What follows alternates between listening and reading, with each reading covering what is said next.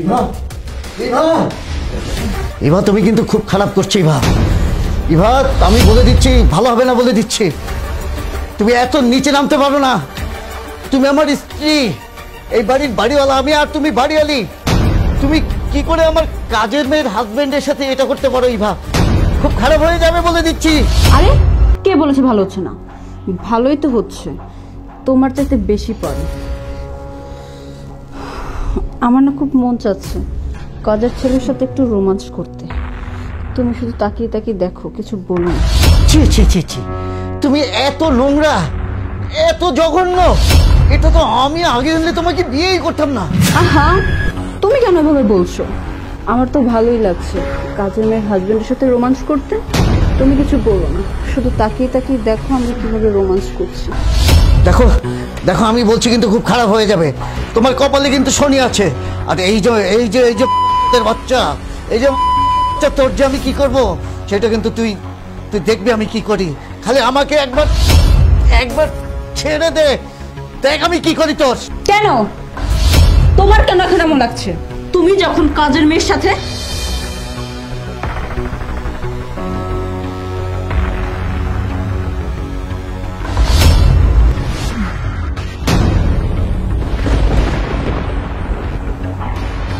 Sir, এখন আপনার খুব পুড়তে আছে না, বুকের মধ্যে জ্বলতে আছে স্যার, তাই না?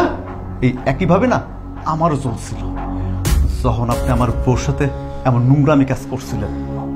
আপনার অনেক বিশ্বাস করতাম স্যার, আপনার অনেক প্রশংসা করতাম। আমাকে স্যার ম্যাডাম দুজন অনেক ভালো মানুষ, তবে ম্যাডাম সত্যি খুব ভালো মানুষ। আপনার মতো কেউ জানোয়ার না।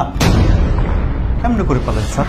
হ্যাঁ, যে মানুষটা নাকি আপনার বাড়িতে কাজ করে, আপনাকে ঘরটা সুন্দর করে সাজায় রাখে, তার জীবনটা আপনি নষ্ট করে দিতে, তার জীবনটা আপনি আগুছলা করে দিতে।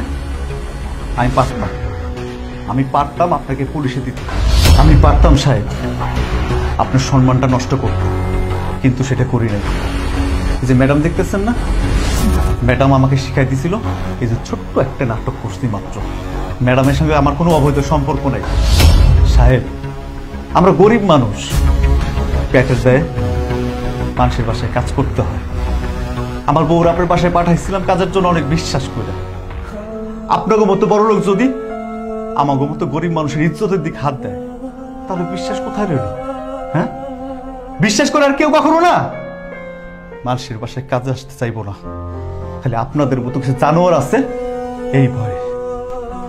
আমার ক্ষমা করবেন সাহেব, যাওয়ার আগে একটা কথা কয়ে যাই, এখনো সময় আছে, ভালো হয়ে যান, অন্যের ক্ষতি করেন না।